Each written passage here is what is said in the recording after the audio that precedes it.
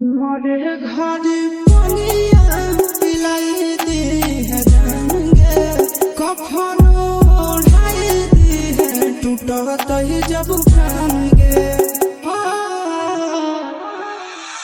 मोरे घर पनिया पिलाई दी है जाएंगे, कफनो ओढ़ाई दी है टूटत ही जब प्राणगे, टूटत ही जब प्राणगे।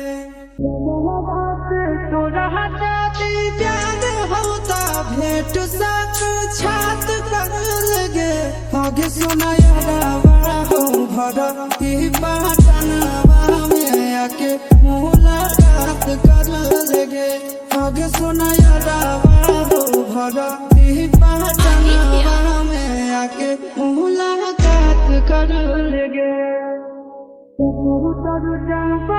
दिल के बुलावा रही मौत के, देख के चेहरा जान चल जाइए लौट के।